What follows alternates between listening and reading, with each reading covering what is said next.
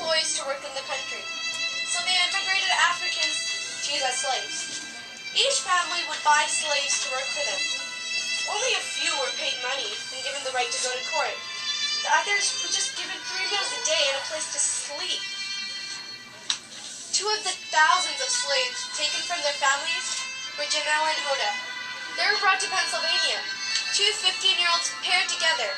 They had to work hard at such a young age as field hands, planting and picking plants that their owner grows, day and night.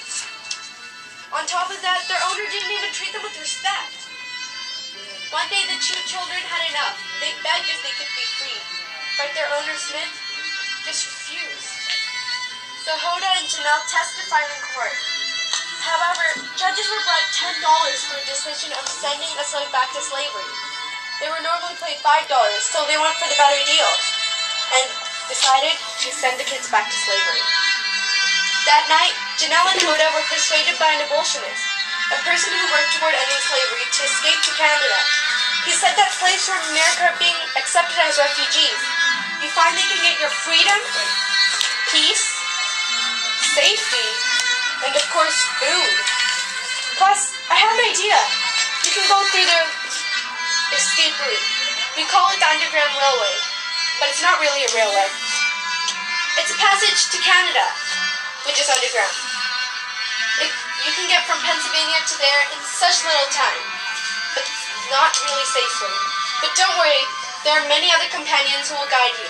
Other slaves are going tonight. Hoda and Janelle decided to go to Canada and begin a new life. At the railway, there were still some difficulties. When slaves brought their children, they were always crying because of how uncomfortable and scared they were, attracting attention to the secret passageway. Hoda and Janelle didn't even have enough food or water. The most dangerous part about this railway passage was that the state officials came down to take slaves. They didn't want them escaping. Hoda was caught along the way, but Janelle hid. He did not want to end up in jail for treason. He ended up going to Canada. When he arrived there, he followed some slaves to Africville, Nova Scotia, where most of the African Americans live in Canada. He ended up working for a slave who was granted land by Britain. But the land wasn't exactly fertile. It was rocky and hard to plant crops.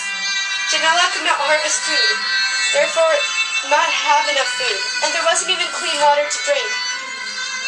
Janelle thought, why did I even come here? I should have just stayed in America.